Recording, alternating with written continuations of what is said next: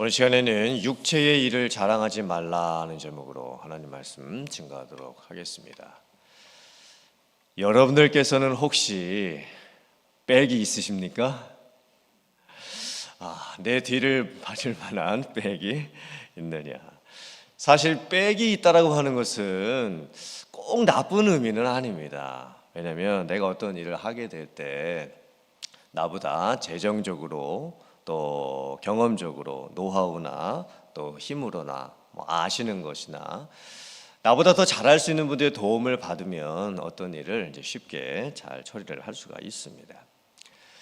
그런데 우리가 세상을 살아가면서 문제가 되는 것은 백이라고 하는 것이 항상 이권과 연결이 되기 때문입니다.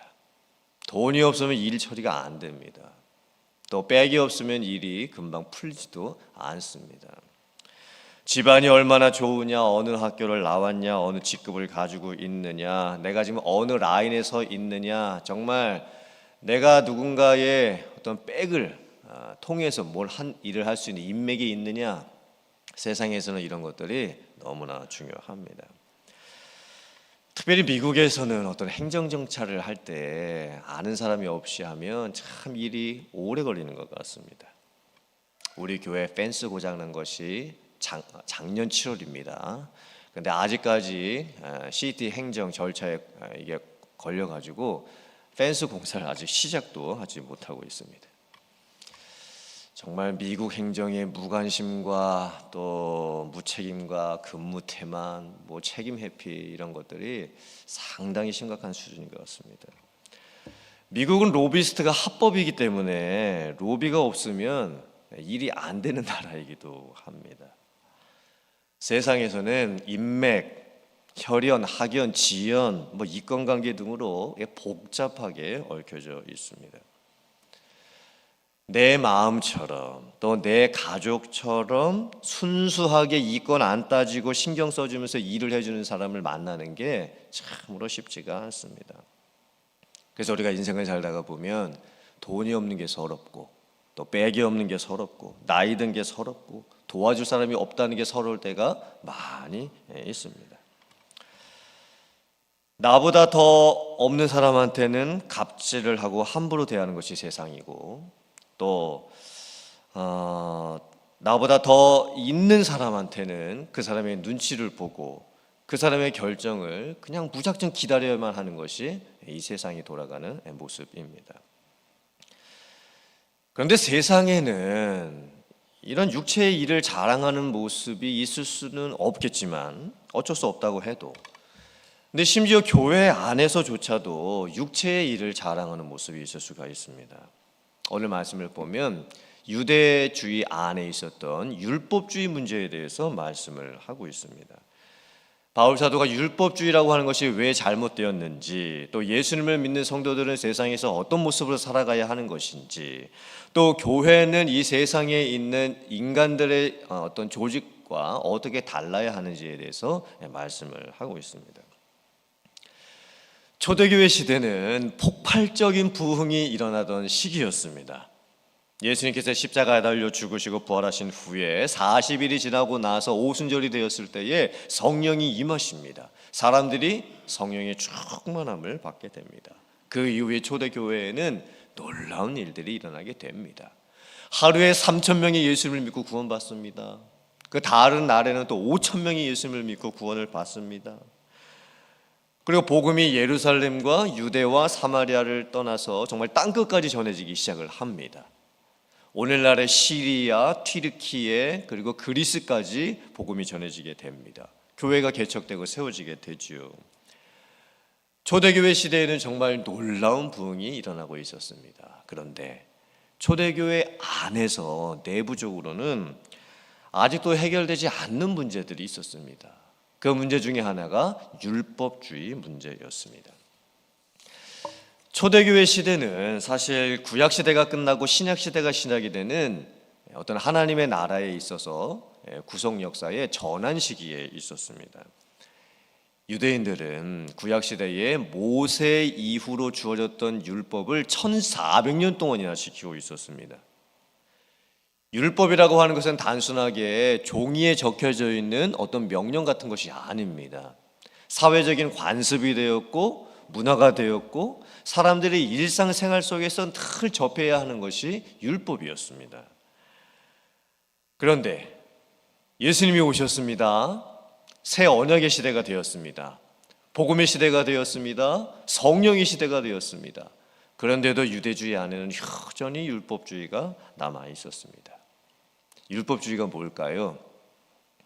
율법을 지켜야만 구원을 받을 수 있다라고 하는 것입니다. 율법을 통해서 의롭다함을 받을 수 있다라고 하는 것입니다. 율법에는 세 종류가 있습니다. 첫째는 의식법. 제사의식을 어떻게 하는 것이냐, 정결의식을 어떻게 해야 하는 것이냐, 죄를 용서받기 위해서는 어떤 절차들, 어떤 의식들을 지켜야 하는 것이냐, 이게 의식법입니다. 두 번째는 재판법. 사람 간에 어떤 잘못을 했을 때에 돈을 훔쳤다든지 다른 사람에게 상해를 입혔을 때에 어떻게 배상을 해야 할 것이냐, 재판에 관련된 법들이 있습니다. 세 번째는 도덕법입니다.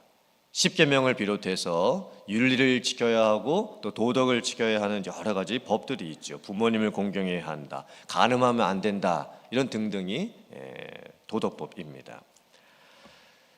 그런데 예수님께서 십자가에 달려 죽으심으로 인해서 이제는 누구든지 예수님을 믿으면 구원을 받게 되었습니다. 예수님께서 율법을 완성하셨습니다. 그런데 예수님께서 율법을 완성하셨다는 의미는 율법이 다 없어졌다는 의미는 아닙니다. 율법을 하나도 지키지 않아도 된다는 의미는 또 아닙니다.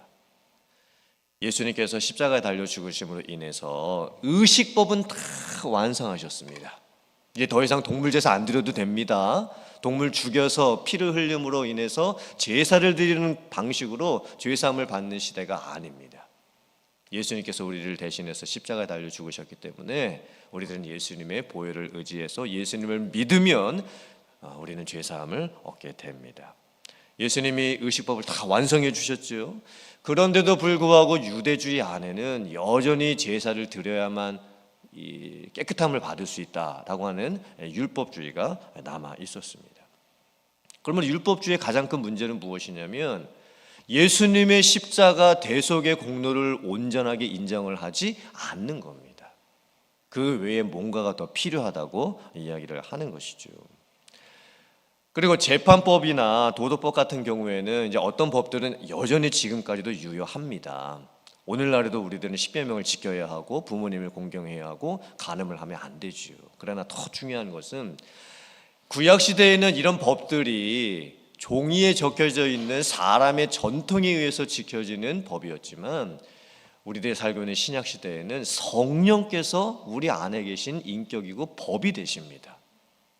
그러니까 성령께서 우리 안에 살아있는 법입니다. 내가 무엇을 해야 될지 무엇을 하지 말아야 될지를 누가 가르쳐 주시고 또 내가 잘못했을 때 죄책감을 느끼고 하지 말아야 될까 누가 우리들을 인도해 주실까요? 성령이시지요. 종이에 적혀있는 법을 따라 사는 시대가 아닙니다. 우리는 내 안에 계신 성령을 따라서 하나님의 뜻대로 살아가는 시대입니다. 그런데 유대주의, 율법주의 안에는 이 성령을 따르는 신앙생활보다도 여전히 의식을 따르고 또 어떤 절차를 지키고 사람들이 어떤 행동을 함으로써 하나님의 법을 따라간다는 이런 모습이 너무나 많이 남아 있었습니다. 그 중에 대표적인 것이 할례였죠. 유대인들은 낳은 지 8일이 되면 할례를 행했습니다.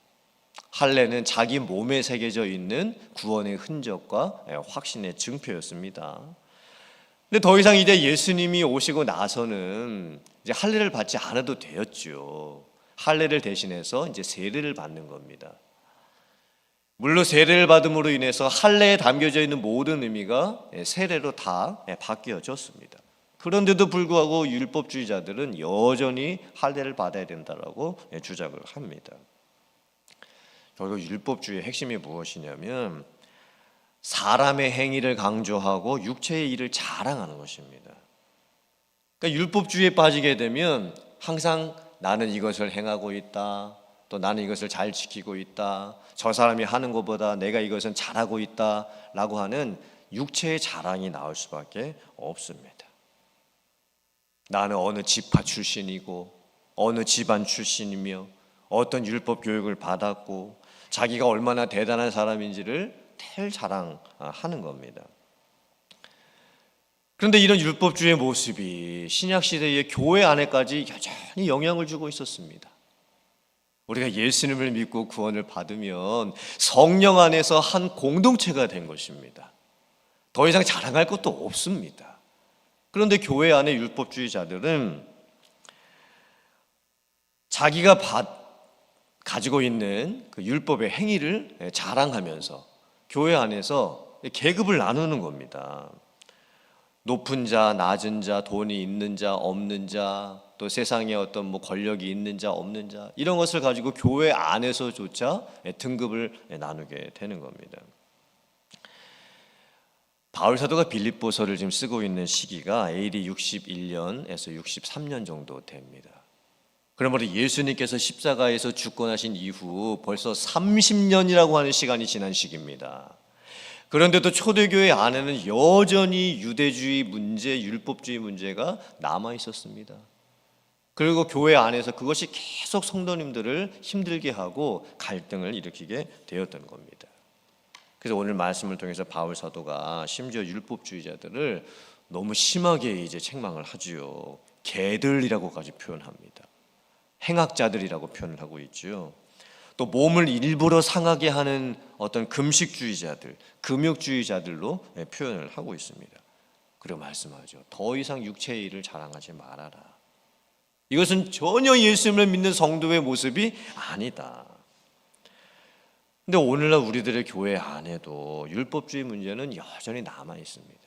물론 유대인들이 지켰던 그런 율법의 조항을 가지고 행하는 율법주의는 없지요. 하지만 율법주의의 근본적인 문제는 뭡니까? 자기 육체의 일을 자랑하는 겁니다. 나 이런 사람이다. 나 이렇게 사는 사람이다. 나에게 이런 빽이 있다. 이런 것을 이제 자랑하는 모습이 교회 안에도 있을 수가 있는 겁니다. 즉 세상의 기준이 여전히 교회 안에 들어와서 이 사람을 대하고 사람을 섬기는 모습들이 어떤 세상의 기준처럼 되어 있는 모습이 너무 많이 있을 수도 있는 겁니다. 교회 안에서조차도 학력을 따진다든지 경력을 말한다든지 나이와 재물과 권력 이런 것으로 사람들을 평가하는 모습이 있을 수가 있다는 것이죠. 그러니까 우리는 어떻게 해야 될까요? 오늘 말씀을 보면 하나님의 성령으로 봉사하고 예수 그리스도로 자랑하고 육체를 신뢰하지 않아야 된다라고 말씀을 합니다. 하나님의 성령으로 봉사해라. 우리가 교회에서 섬기고 봉사할 때 기준이 뭡니까? 어떤 사람이 가지고 있는 돈을 가지고 섬기는 것입니까? 힘을 가지고 섬기는 것입니까? 능력을 가지고 섬기는 것입니까? 저분은 돈이 있으니까 섬기는 것이고 저분은 시간이 있으시니까 섬기는 것이고 저분은 능력이 있으시니까 섬기는 것입니까? 아닙니다. 우리는 어떻게 섬기는 겁니까? 성령으로 봉사하는 겁니다. 즉 성령께서 우리에게 은혜를 주시지요. 제가 주일날도 설교하겠지만 성령께서 주시는 은사를 통해서 우리가 섬기는 겁니다. 성령이 주시는 기쁨을 통해서 우리가 교회 안에서 봉사를 하게 되는 겁니다. 예수 그리스도의 이름으로 자랑해라. 우리는 자랑할 것이 아무것도 없습니다. 내가 나를 나타낼 게 뭐가 있겠습니까? 나는 무익한 종일 뿐입니다. 하나님께서 나를 세워주시지 아니하시면 나는 아무것도 할 수가 없는 존재입니다. 우리가 자랑해야 할 것은 오직 예수 그리스도 그 이름뿐인 줄 믿습니다. 내 모든 것을 내려놓고 겸손하게 섬길 때 그때 성도 간에 서로 간에 유익을 받지요. 그 예수님의 공로 안에서 나오는 그것을 믿는 믿음 안에서 나오는 그 믿음 안에서 우리가 섬기게 될 때 서로 간의 교회가 세워지게 될 수 있는 겁니다. 육체를 신뢰하지 않는 모습, 세상의 기준을 버리는 모습, 내 자랑과 교만 모든 것들을 다 내려놓는 모습. 그래서 저는 아무것도 안 합니다. 저는 아무것도 할 수가 없는 자입니다. 저는 무익한 종일 뿐입니다. 제가 모든 것을 다 했다라고 해도 저는 종으로서 겸손히 섬겼을 뿐입니다. 이런 마음을 가지고 섬길 수 있는 우리들이 되어야 될 줄 믿습니다. 그때 교회 안에 이 세상의 조직과는 다른 정말 하나님께서 이루시는 그런 모습들이 나타나게 되는 줄 믿습니다. 그래서 교회가 어떤 인간의 자랑에 나타나는 것이 아니라 오직 하나님께 영광, 또 오직 예수, 그리고 성령의 공동체가 될 수 있고, 그런 교회를 이루어가고 섬기고 만들어갈 수 있는 여러분들 다 되실 수 있기를 주님의 이름으로 축원합니다. 아멘.